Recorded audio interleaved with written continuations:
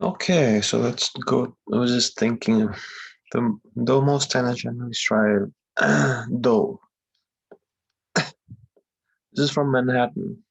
Though most tennis players generally strive to strike the ball in the racket's vibration node, okay, known as the sweet spot. Most are unaware.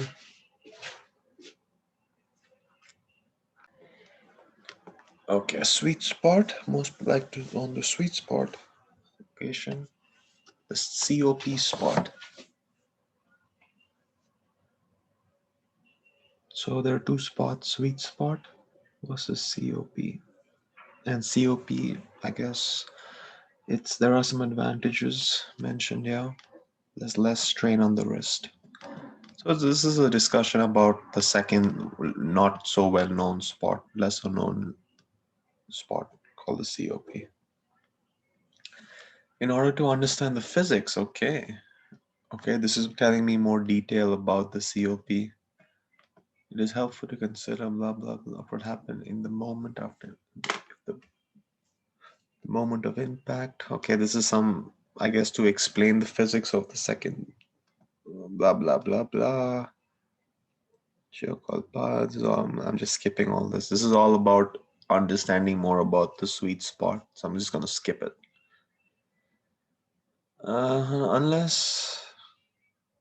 Unless the ball happened to hit the racket precisely at the racket's center of mass, the racket would additionally rotate blah blah that has spin start to spin. Whether the ball hits the racket's face. I guess this is all about the second sweet spot. Uh, uh, all of this is all details about the seconds. It's about the center of percussion. This is all talking about this. I just skipped all of this. It's all detail. However, okay, this is important. There is one point of impact known as the center.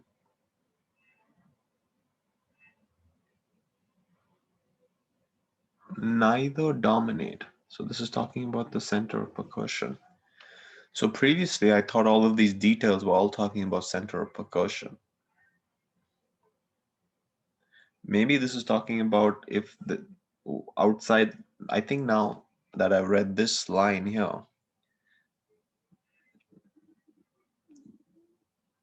the COP allows the two forces not to dominate.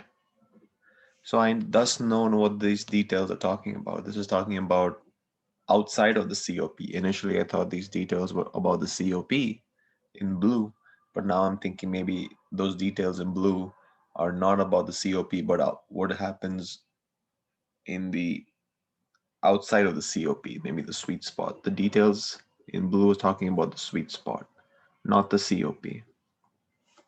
Whereas in the COP, it's all about um,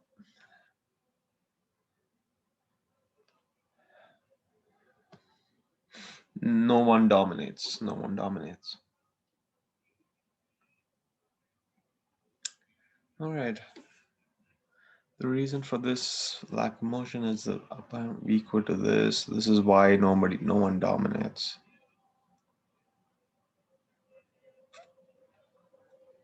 It's second sweet spot because so it's smooth and I guess this is all talking about the second sweets, the COP.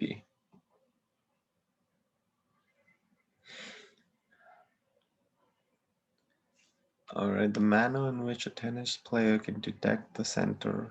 This is about how you can detect it, maybe the COP. Looking, it's all right. Trial and error. Okay, trial and error. How do you detect the COP? So the entire passage is about the second sweet spot. It's about the COP, the center of percussion. Paragraph 2 is about I think this is about the first sweet spot, which everybody knows about. The second, this is all about the second sweet spot, which nobody knows about, and this is about how you detect it. That's pretty much it. What is the primary So I'm looking for something that says, before reading any of the answer choices, something that says the second COP, something along those lines.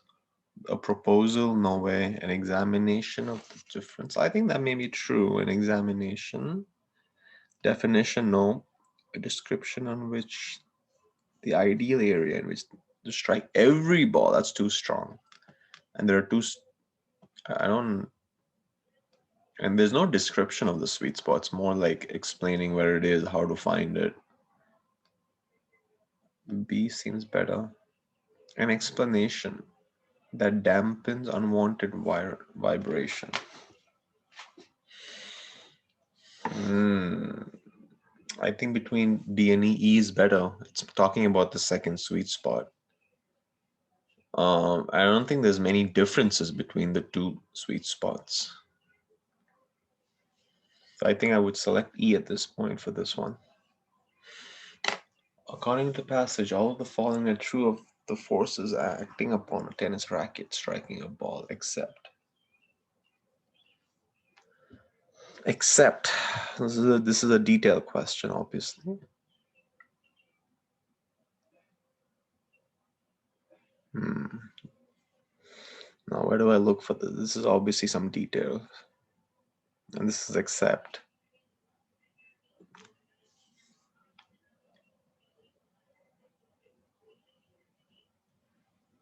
The only way.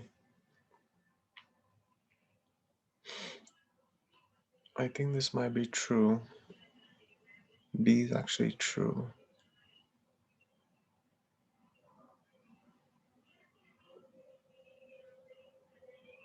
Okay. Let me just read the detail really quickly. The impact of the ball would cause the racket to bounce backwards, choke all parts of the racket, including the end backwards or away from the ball, unless the ball happened to hit the racket. The rotation at the also.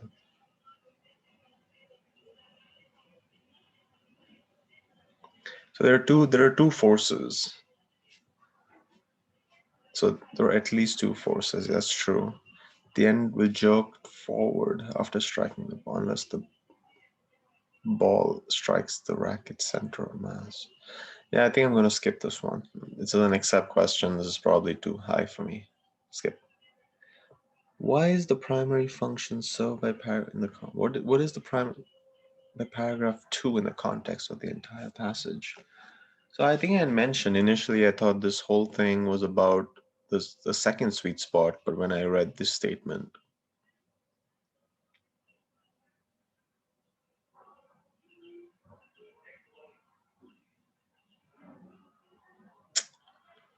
this is talking about the seconds, the center of percussion.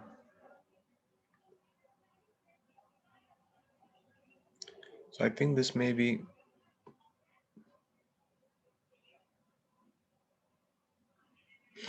I think this is talking about the the details about the first sweet spot, because there are two sweet spots. Because that's why this sentence is here. However, there is one which causes neither. So this is talking about if something strikes the ball outside of the sweet spots, outside either of the sweet spots. That's what I'm probably thinking. To establish the main idea, no. To provide it on the mechanics, I think so. This could be helpful to provide the mechanics. B seems like to introduce a counter argument that elucidates the main idea. No, I think this is in line with the argument of to provide an example of the primary disruptor. I don't. There's no example. If anything, this is just details, mechanics. To explain why the main idea of the passage would be helpful. I don't think so. This explains why it's helpful. I think this is telling us what is going on. I think to explain the mechanics seems, I would select 3D at this point. Second guess. The first was E. Four. The author mentions a penny that has been struck in order to. Okay, let me just read. In order to understand that,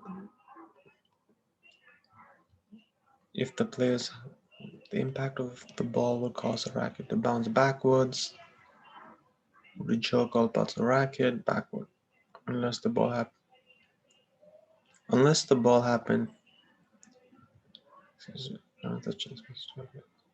So it's essentially giving an analogy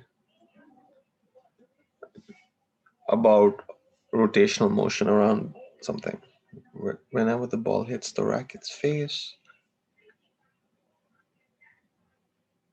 so they're going forward, not backward, and whoever wins wins. So I think this is giving an analogy to explain one type of force. Show how the center of mass causes the racket to spin. Maybe argue that a penny spins in the. Maybe illustration of a concept 4D. I would select 4D at this point. Oh boy, which of the following can be inferred from the passage?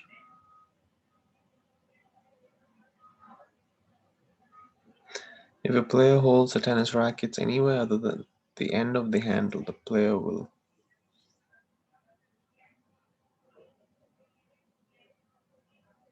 I think this is opposite. I think if he does hold the end of the racket, it also then.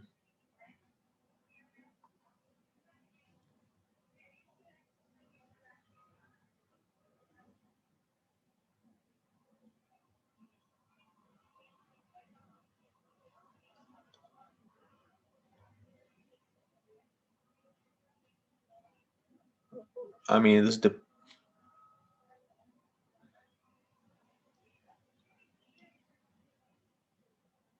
I think even if he holds it at the end of the racket, he will experience a jolting sensation, assuming he does not hit the sweet spot.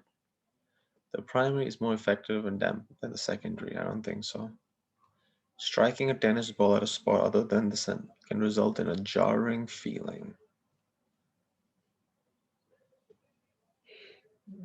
Mm, maybe, but there are two what about the first sweet spot? Striking a dam at spots other than the sweet spot leads to tennis elbow.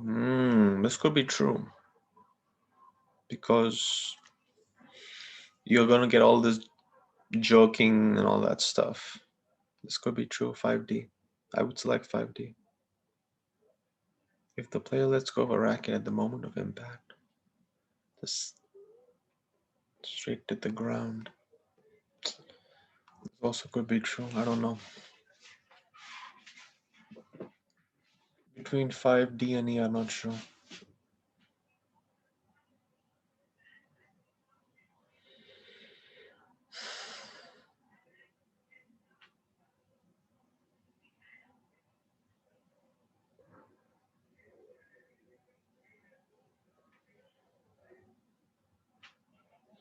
I would guess, but given if a player lets go of the racket at the moment of impact,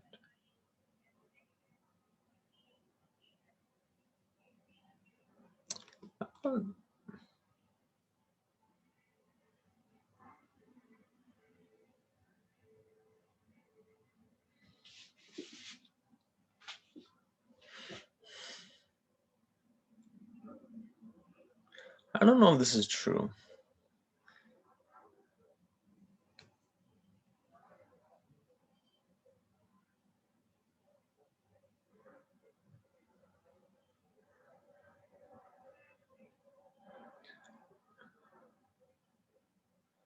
Between D and E, I'm not sure. I would select D at this point.